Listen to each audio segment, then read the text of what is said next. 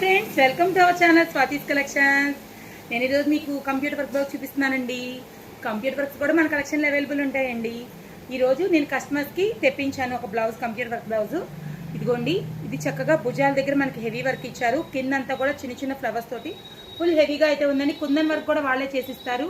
చాలా మంచి ఆఫర్ ప్రైస్లో వచ్చిందండి. ఇది back neck and front neck వచ్చి ఇదండి.